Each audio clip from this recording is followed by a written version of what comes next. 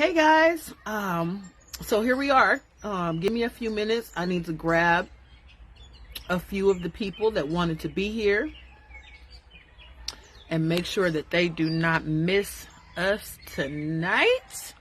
So I hope that you've had a good day. I'm just inviting all my gardening friends, all my my gardening friends. Tanisha, where is Tanisha? So when you get here, say hey. So let me know something. Okay, Tanisha's here. Oh, Marlene. Let me know that you're here. Say hello when you pop in. Okay, I think that's everybody. All right. Let me know you're here. As you can see in the tag, this is a gardening Q&A. I have gotten several people who've reached out to me with gardening questions. And because there's one of me and more of y'all, I thought this might be a good way for me to address all of the issues and all of the questions and concerns now at the top of the season. And it would be here so you could come back and watch it later if you couldn't make it live. If you are watching in a replay, hashtag replay so I know that you came back. So if you have questions, okay, I don't see any comments yet. I'm hoping that Facebook is not going to act crazy and I'll be able to see comments as you all pop in. Say hi so I know if I can see the comments. That would be really helpful. But yeah, we're just going to do some gardening Q&A. It is not quite summer yet and feeling like fall here in Northeast Ohio today, but the garden is in full effect. Tomatoes and peppers are planted out. Okra just broke through the soil, so I'm excited about that. My squash is doing great, but I want to be a help to you all in your garden. So here I am. So if you don't know gardening me, hi, my name is Tiffany and I'm an urban farmer. I've been growing food in my backyard for 6 years. 6 years. And I've taught a class on how to grow food, small scale gardening. I have been successful with in-ground raised bed and container gardening at my home. I have grown enough food to feed myself, can and preserve some for later and share with my neighbors. So, the proof is in the pudding. I grow food. So I'm here to help you do the same thing. So as people are coming in, I guess we'll begin at the beginning, which for most people at this point is, am I too late? No, you are not. You are not too late to start your garden for the year. Actually, you're really right on time, honestly. Now, the reality is, it is June. And so if you're just getting started, then you will need to start with transplants. So you will need to go to someone's store and purchase plants. Okay. It is too late to start seeds for the summer. Like in the house. And there are some seeds that you should not pre-plant. There are some seeds that should go straight into the ground. And so those seeds perfectly fine to start them right now. But some other plants that it takes a little longer for them to get going. Hey, Tanisha. Few plants that it takes them a little bit longer to get going. If you don't already have them, you're just going to need to buy them. Okay, that's that. Personally, as a gardener, as a veteran gardener, I don't recommend that first year gardeners start with seeds anyway. It can be very disheartening. Hey, Tiff. It can be very disheartening. And I believe in a quick win. It helps you really feel like you understand what's happening. And when you purchase a plant, it's kind of like a teenager. And so it's pretty much to the point that you almost can't kill it. Like you have to really neglect it for it to die. So they've already done some of the things. So it is not too late to start. It's a great time to start. But for, if you're thinking about tomatoes, if you're thinking of specifically tomatoes of any kind, peppers of any kind, you're going to need to go to the store and buy a plant. If y'all got questions, feel free to drop them in the comments. I'm just kind of talking off the top, things that came to mind, but I'm here to answer your questions. So please make sure you put those in the comments. So no, it's not too late. You're right on time. But for tomatoes and peppers, you're going to have to buy them.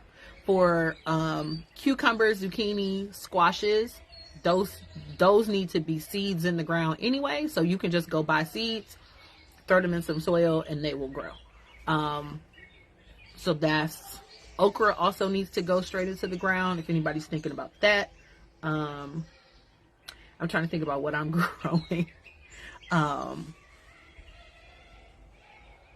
Most leafy greens are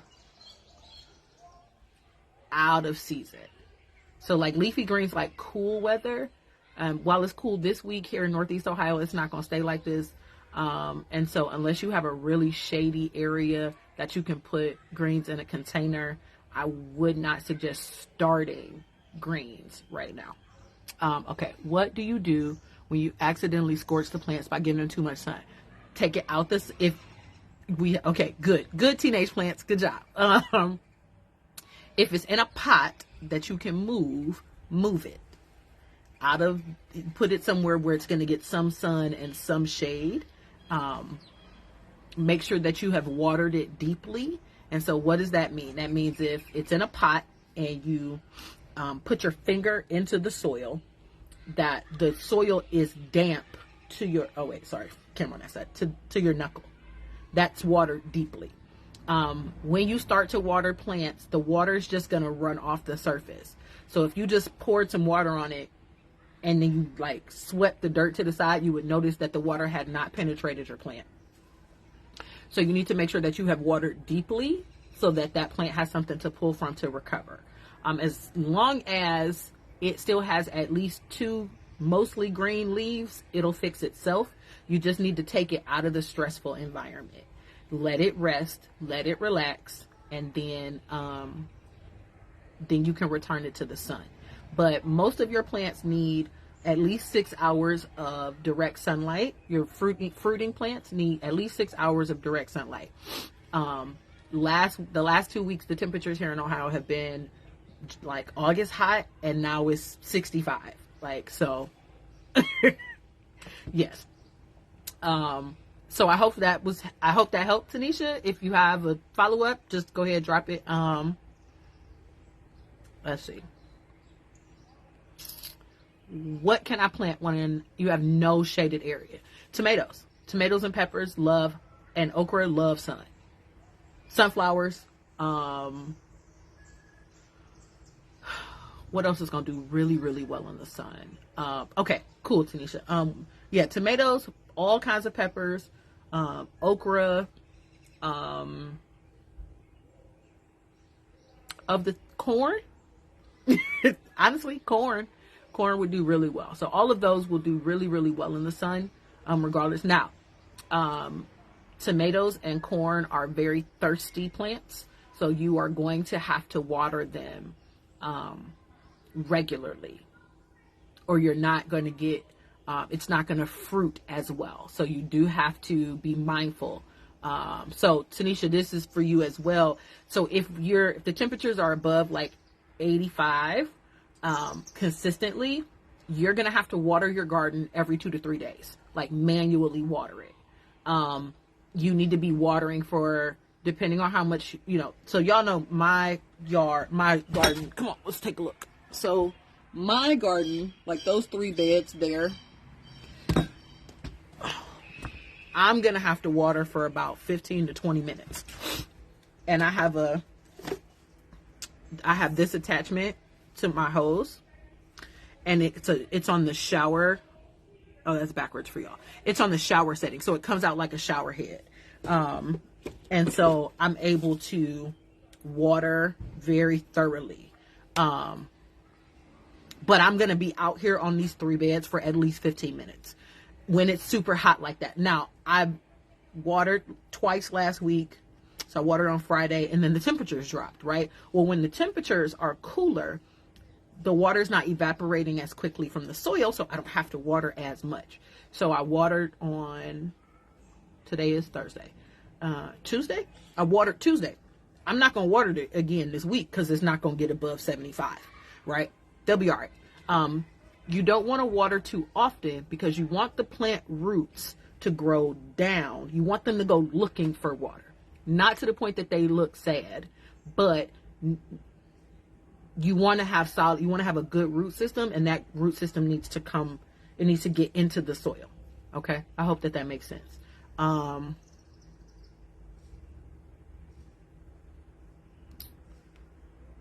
Okay. Anything special to know about growing berries? You might not get any berries the first year. So with berries, you may not get any the first year, and if you do, they might not taste good. Don't worry about it. The second year, they should come back and be spectacular. Strawberries are going to put out what's called runners, which are new strawberry plants. And that won't happen till fall, really. They'll start to send off shoots, and those shoots will want to be new plants. Just be mindful of where they are and where they're going. Do you want more berries in that direction? Because they can, depending on how many plants you have to start with, it can get pretty intense. You can cut runners off and replant them in a different area, but we can talk about that in like August.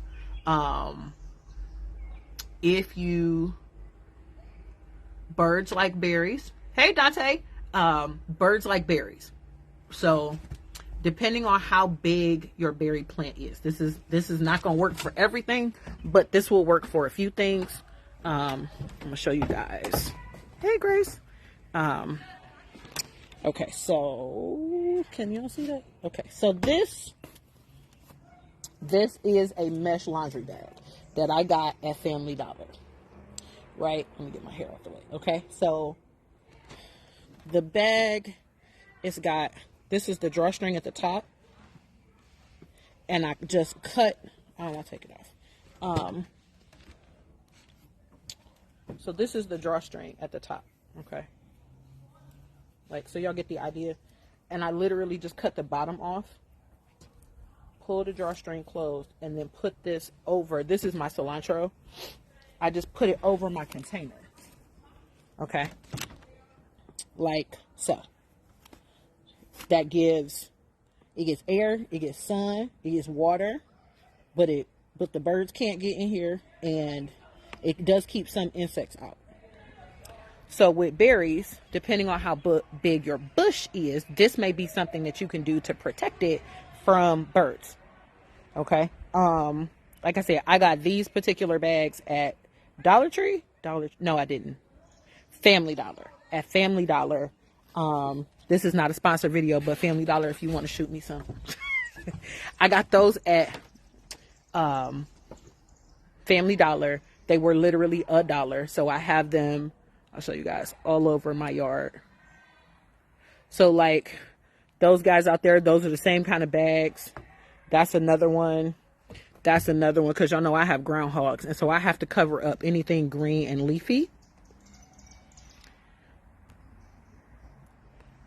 because Cecil will eat it. That's my groundhog. Well, the groundhog. That's his name. He'll come and eat anything that I don't have covered, and he really likes cucumber squash plants. But so that may be something that may be helpful depending on how big your plant is, Tanisha.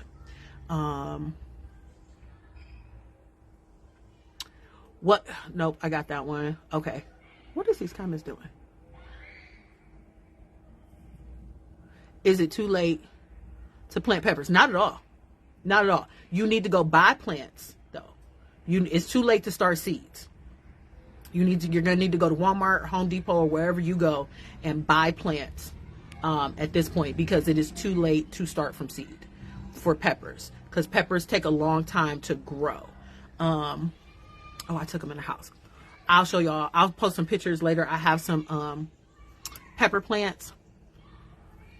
And they're going to go out probably this weekend, first part of next week. But they're only like this tall. Like they just take a really, really long time to grow. Oh, wait, not that way, Tiffany. So no, it's not too late for peppers. It's not too late at all for peppers. You're just going to have to go buy them. Okay. Yeah, Lowe's is another good place. Dante, yeah, I'm Lowe's over Home Depot personally. Okay.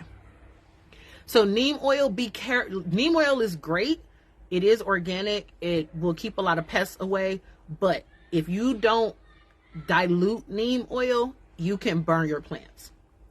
Okay, so you need to, if you're using neem oil, you just need to be really, really aware of your solution calibration. That's the word I want to use. Your solution calibration. How are you using it in like a trigger spray bottle? Are you using it in like a sprayer kind of bottle? Whatever you're doing, however you're doing it, just be mindful and test neem oil on your plants. I have had like 50-50 experience with neem. It worked really well on one plant, but then my eggplants, it burned. Last year when I grew eggplant, it burned my eggplant plants. So some plants just don't like it. If you want to go organic and you're looking for a pesticide, well, it looked like I've been in a garden. This is what I use. I have found this to be safe in my, oh, okay, cool. Then even better, you ain't even got to worry about it. Because you can buy neem oil, like just the oil, and have to do it yourself. So good. This is Garden Safe Fungicide 3. I got it at Dollar General. It says on it for organic gardening. It is it's not a pesticide. It's a fungicide, insecticide, and miticide. It controls black spot, rust, and powdery mildew. Controls aphids, whiteflies, and a few other insects and spider mites. And you can use it on roses, flowers, houseplants, ornamental trees and shrubs, fruits, and vegetables. I have used this for 2 years. I really, really like it. This is maybe half full, maybe a little less.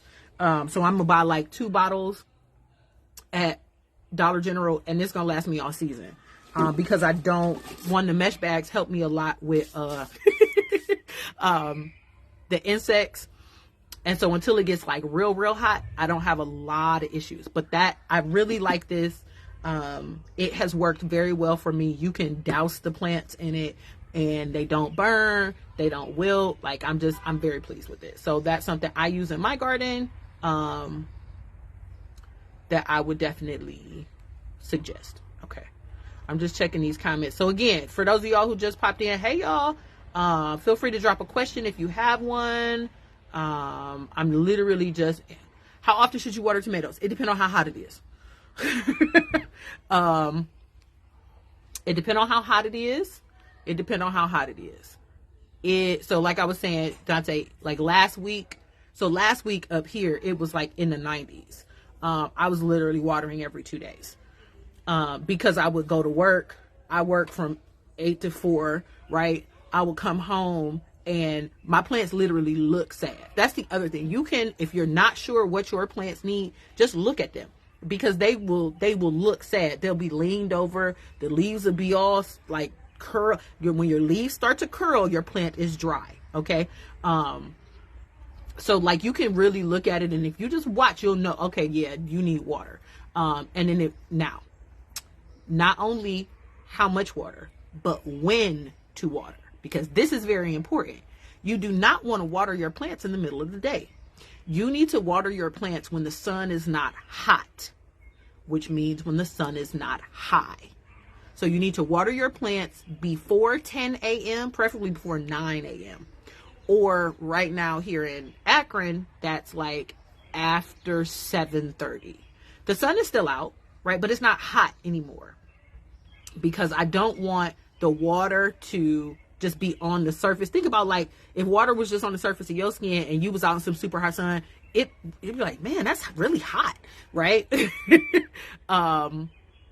So you don't want that. So you want, the sun can be out, but the sun shouldn't be high and it shouldn't be hot when you water. So that's another thing. So not just how often, but what time of day. Early morning, late evening. He out here doing stuff. So just, think about it. And if you water your plants at 12 o'clock noon, the sun just going to drop all the water in the plants. It does take time for the soil to absorb the water and then for that water to get down to the roots of your plants. So you want to think about like is the water going to have time to just kind of be, like when so how often should you water tomatoes? You should, if there's no rain, you should absolutely be watering your tomatoes, probably twice a week.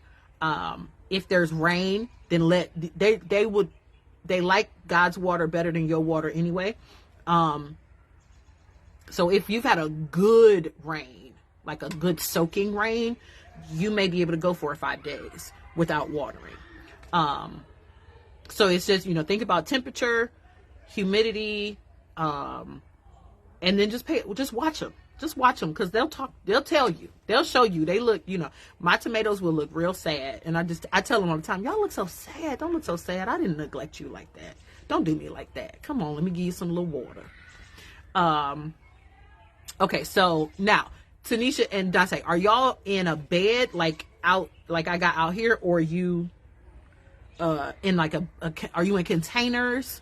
Because that matters.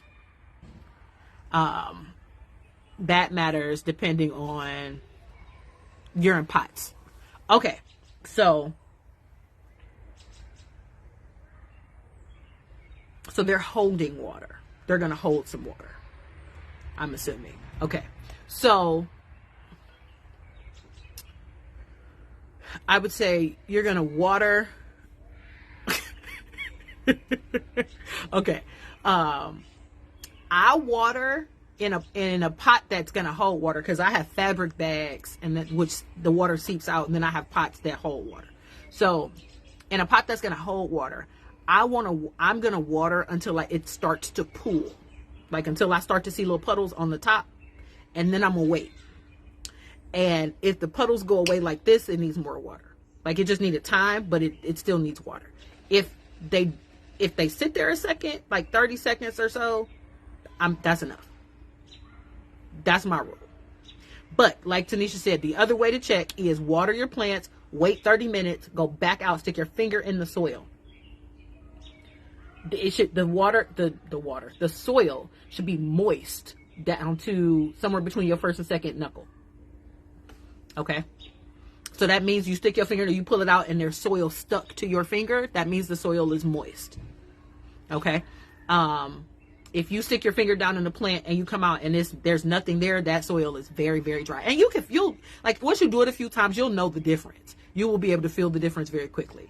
And you'll be like, oh yeah, you need some water. So, but again, if it's outside, you don't want to overwatering. Overwatering is just as bad as underwatering. So it is some trial and error in it.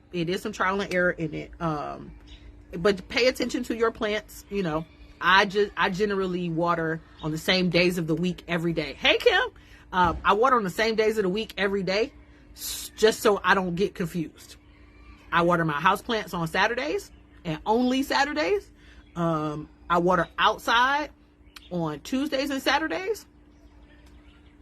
So if it hasn't been any rain, like maybe I watered on Saturday, or I was gonna water on Saturday. Here's the scenario. So I water on Tuesday.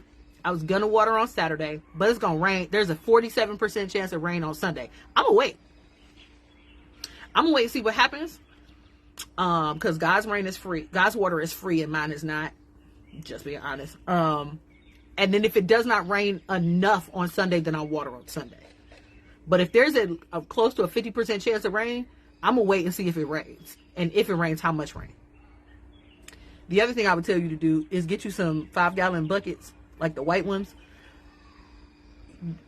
and try to get them for free from like local restaurants. They get pickles in those buckets, and sometimes you can get them for free. But if not, you can buy them at Walmart. But try the restaurants first. Get you a couple of them buckets and sit them outside and let them catch rainwater, and then you can use the rainwater to water your plants. Pro tip. Yeah. All right. Okay. Cucumbers.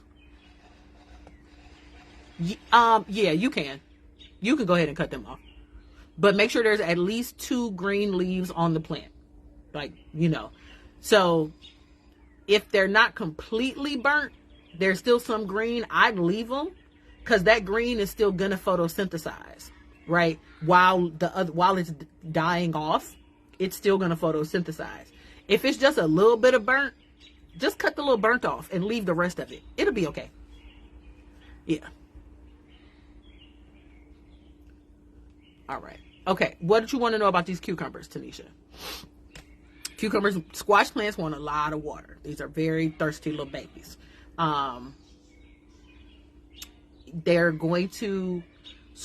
Cucumbers grow on a vine, and so they are going to want to spread. Okay. Okay, all the things. Okay. They grow on a vine. That vine wants to run on the ground.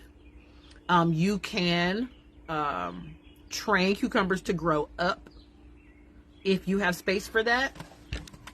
Come on, let's go down here. The easiest way to do that is to get you some tomato cages. Oh my God. Sorry, y'all. Bug flew up my nose. Get some tomato cages and do this.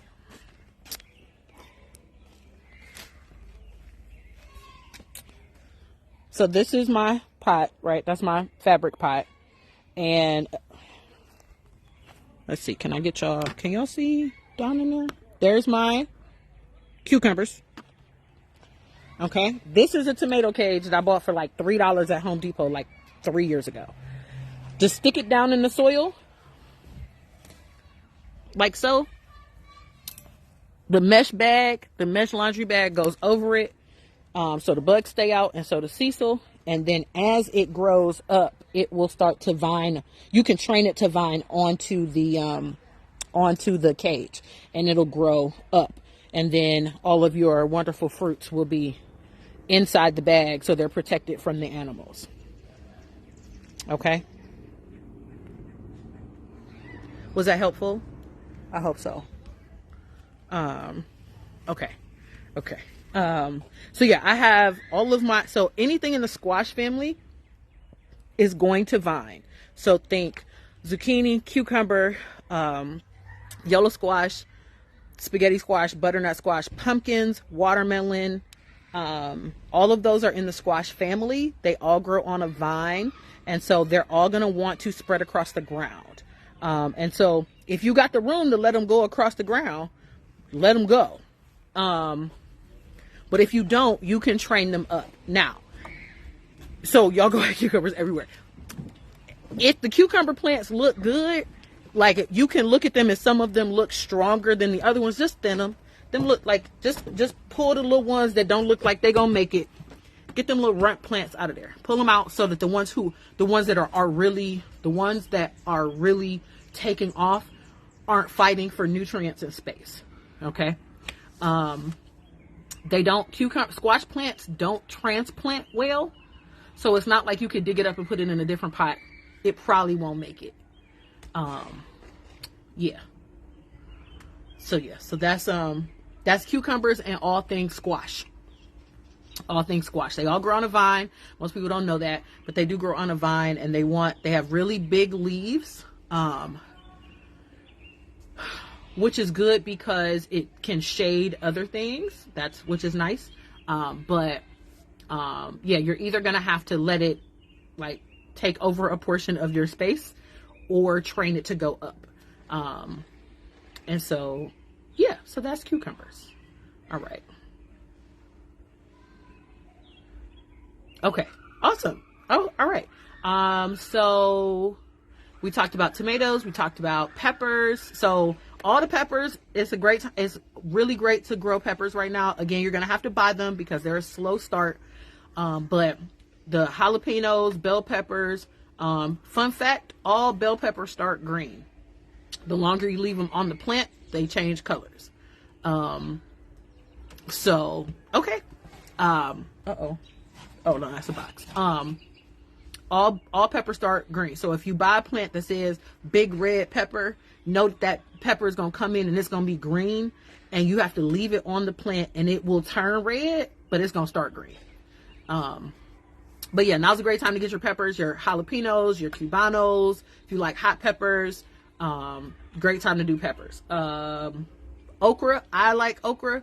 Not a lot of people like okra, but I love okra, and it grows really, really well. Loves sun, loves heat. Is drought resistant, honestly. So okra is another good one. I do suggest to people, especially if you've been growing for a year or two, do something unusual. Like get you an experiment every year. Something you eat, but you've never tried to grow before. And get an experiment. This year my experiment is watermelon. Last year my experiment was eggplant. And onions. Those were my experiments last year. Both did very well, but I'm not growing eggplant again this year because I realized I don't eat as much eggplant as I grew. And not a lot of, I didn't have a lot of people in my circle who ate eggplant, so they ain't had nobody to give it to, and it don't freeze well. So there was that. If I was gonna grow eggplant, I just need one plant. And that's enough for me for the season. So but yeah, try something. I don't know if I can grow this, but I'm gonna try, because it should, not only should you be, feeding your family, but you should be enjoying yourself. So you want something that's gonna be fun and you can be curious about, and stretches your skill set a little bit. So I always recommend that. I'm not doing I got the watermelon.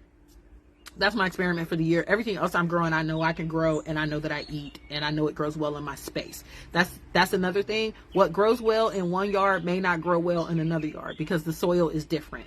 The nematodes, which are the bacteria that are in your soil, are different. And so your neighbor might grow the best looking tomatoes you've ever seen, and you can't get one fully round red tomato out because the soil is different.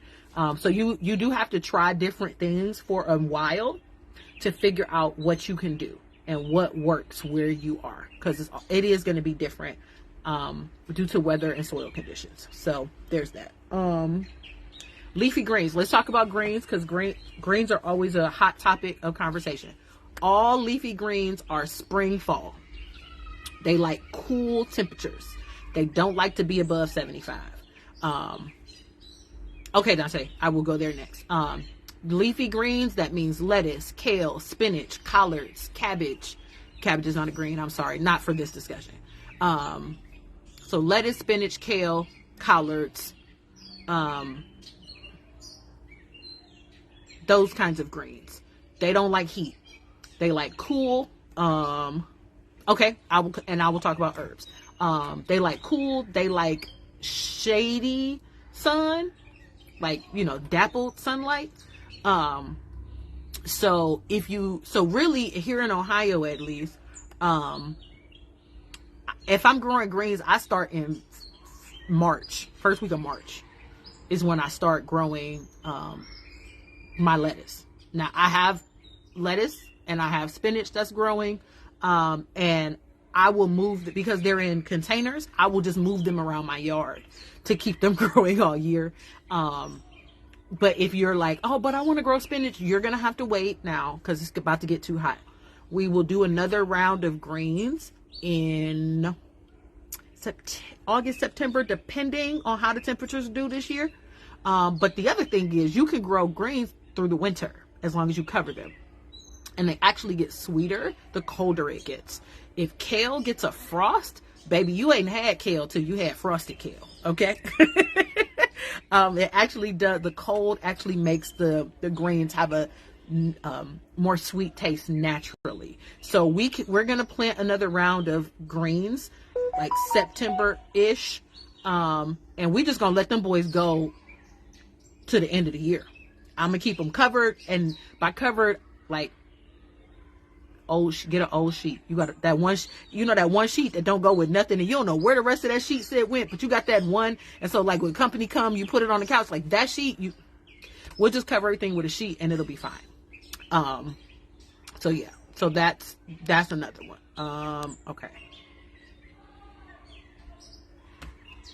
Healthy soil. And what does fungus look like? Fungus looks white in soil, and not all fungus is bad. So that's first.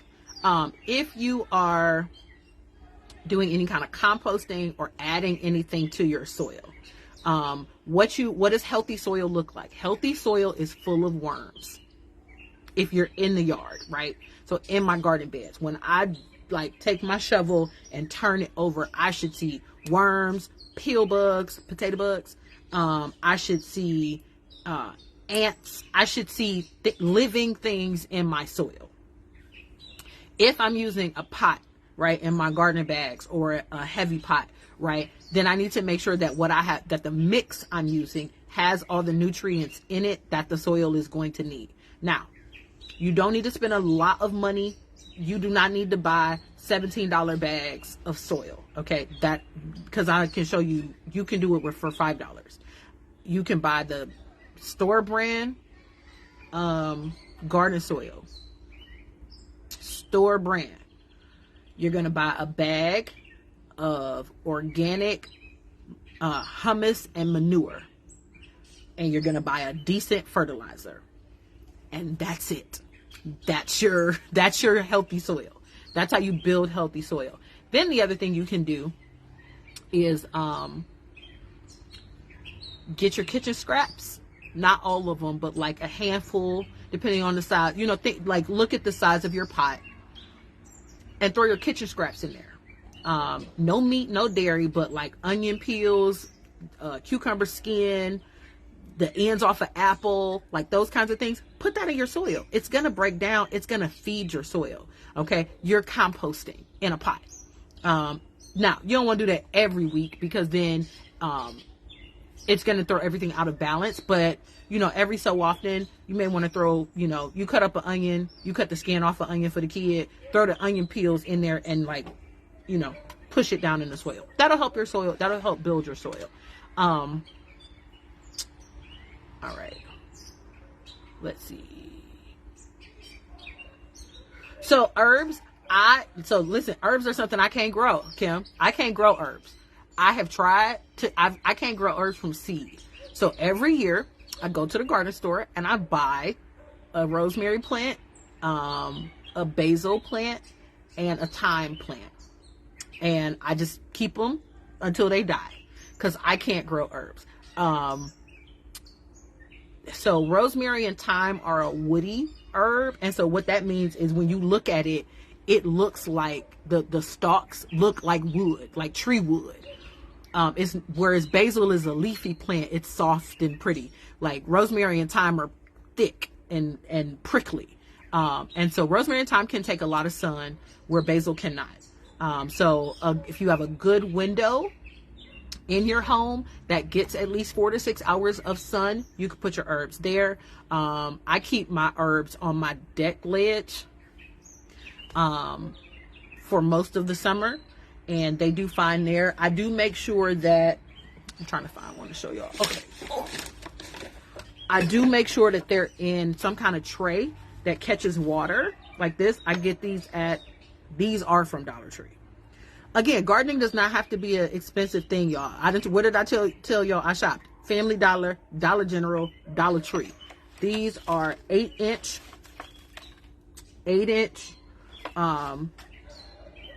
pans. And so the pot sits right in here.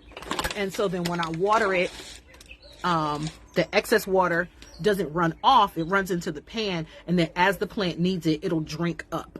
And so that's what I do with my herbs. I haven't figured out the trick to growing them from scratch. I don't know if I'm not giving it enough time. I don't know. But that's what herbs look like on this over here. Okay. Don't me in these comments, y'all.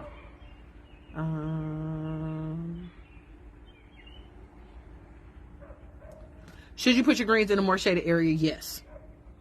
They need about 4 hours of direct sunlight, and that's it. So if you have an area where my greens are right now, my neighbor's tree is shading that part of my garden. And so it's perfect. It's literally perfect for greens, because they're in containers, so I can move them throughout the day if I need to. But if you have a area that, like, there's a tree overhanging, and like it gets sun like half the day, like in one direction is getting sun, but when the sun goes the other way, it doesn't get any more. That's great. So yes. No, mushrooms are a sign of health in your soil. So if they bother you, kill them, but it's not hurting your soil at all. If you grow mushrooms, if mushrooms grow organically in your soil, that means you have really rich, healthy soil, because that's the only place mushrooms grow.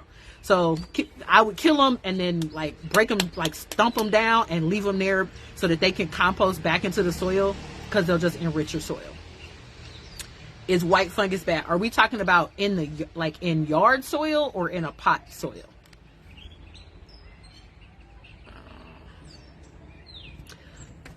Yeah, that's what I use in my beds. That's what I fill my beds with. I get my wheelbarrow, I get my garden soil, and I do like a third of the bag, a third of the other bag, and a handful of fertilizer. A third of the bag, a third of the other bag, and a handful of fertilizer. And then I just hand toss it, and then I put it in my beds. And I don't add any additional fertilizer when I add new soil to the beds. I don't add additional fertilizer when I put the plants in. Now, I didn't add any new soil to my beds this year because they're okay. And I had compost. Because of compost, I was adding my compost to my beds this year. So I'm not adding any fertilizer because they're getting fresh compost that I've been making for a year. So they're gonna get all the nutrients from the compost. So when I planted the plants, I put a little bit of fertilizer in the hole with the new plant, but that's it. Like I didn't do a full spread on the beds. Hey Taylor. White fungus in your pot could mean a couple different things. First thing, it might be too moist. So I would, if you have room and can, maybe get some soil, sit it outside, just exposed to the air for 24, 48 hours, let it get dry, and then add the dry soil to the pot and kind of mix it up. It could be that. It could be, fungus is not necessarily a bad thing in the soil. Fungus on your plant is bad, but fungus in the soil means good things are happening. Microbes are moving and working and going. So fungus in your soil is not always bad. I know it seems kind of counterintuitive because we think fungus is bad, but fungus is actually a sign of health in soil. You don't want an overgrowth of it. And so it may be, you might need to let it dry out. You might need to just aerate the soil. So like you can move the dirt without disturbing the plant and the plant roots. So you may just need to aerate the soil some, and you may see some of that go away. Okay. I think I got all the questions. So far. Was this helpful, y'all? Like, does this help y'all to just be able to come in here? We just talk about gardening. I encourage people, grow as much of your food as you can, because then you know where it came from. You can buy seeds everywhere. And to be very honest, you can buy So a lot of people are concerned about GMOs. I recognize that. I have a different position. Because not every GMO is bad. Some of these GMOs actually make our plants better. So you just have to you got to do your research and know what you're doing. But if you want a non-GMO seed, you want to know that you can buy those at Dollar Tree. 2 for $4, 2 packs for $4, 4 packs for $1, depending on the plant. And I do, and keep them, and they grow good. So like, if you bought the seeds and you trust the company they came from, and you know what you put in your soil, guess what you just grew? Or organic vegetables. Sweet potatoes. So sweet potatoes grow from slips. Okay, so sweet potato slips are an interesting thing. So if you can, and I'll have to send you a video, because this explanation is not going to help you, but I will send you a video to watch to understand how sweet potato slips grow. But basically what happens is you put a sweet potato, you can put it in water, or you can put it in soil, the kind of sweet potato you want to grow, and wait about 3 weeks, and it's going to grow these really tall roots with leaves on them. Okay. And then you cut those off of the sweet potato and plant that, and more sweet potatoes grow off of that. Sweet potatoes are actually a flower.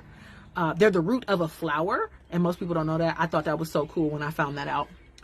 But you can grow slips off the same sweet potato over and over and over again throughout a season. But I will send you a video when I get done with this live, Tanisha and Dante, about sweet potatoes. Remember that sweet potatoes are gonna need I love that. Sweet potatoes are gonna need space. Okay. And it is a tuber, so it's growing underground. So if you're doing a pot, you have to think about like how much space, how many sweet potatoes do I think I'm gonna grow in this space? And then like, do you want these sweet potatoes or you want these sweet potatoes? Because those two, they need two very different environments. I grew potatoes last year, and in like a 4x4 bed, and I started them late, so they were small. Like I got like, you know how you buy the little baby potatoes. A lot of my potatoes came out like that, but I got a few decent sized potatoes.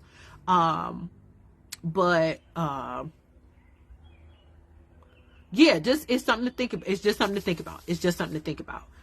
Is your space situation with potatoes. Totally can be done. But just, you know, think about that before you get started, I would say. All right. Anything else? We'll, since y'all like it, I will do this again. We'll check in a couple of weeks and see how everybody's doing. We'll check in maybe 2 or 3 weeks, see how things are going. And you know, and we'll check in. I don't know nothing about figs. I can't grow fruit trees, so I don't know anything specific about fruit trees. Check out My Gardener on YouTube. He is in Michigan, and the reason I say check him out over other gardeners because he has a very similar weather to us. So check out My Gardener. He probably has some things about trees. And then not Epic Gardening. He's in California.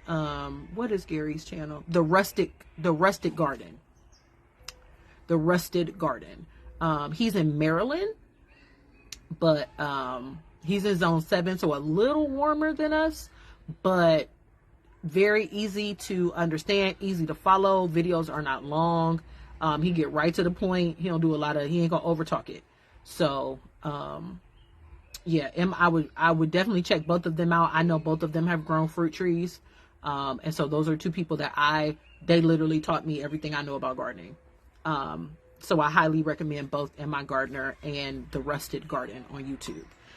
If you want to see some exotic stuff, check out Epic Gardening. He's in Cali, so it's a whole different ball game out there. But the stuff he can do, I'm just in awe of because of his grow zone. But those are 3 YouTube channels that I still watch. I go back and rewatch videos that I've watched 3 and 4 times just to make sure, just to check on things. So those are people that I trust, and I've done what they have said and it works. So, yeah. All right, y'all. Well, I'm gonna wrap this up because I need to go eat dinner. You know, as Emma Garner would say, grow big or grow home. We are going to, I just want to help you grow your groceries. And so I want you to know that gardening is not, it does not have to be overwhelming. It does not have to be scary, and it does not have to be expensive. So I love y'all. Thank y'all for coming and hanging out. I will talk to y'all. We'll do another one of these in like 2 weeks. I'll put it on my calendar so I don't forget. All right. Talk to y'all later. Bye.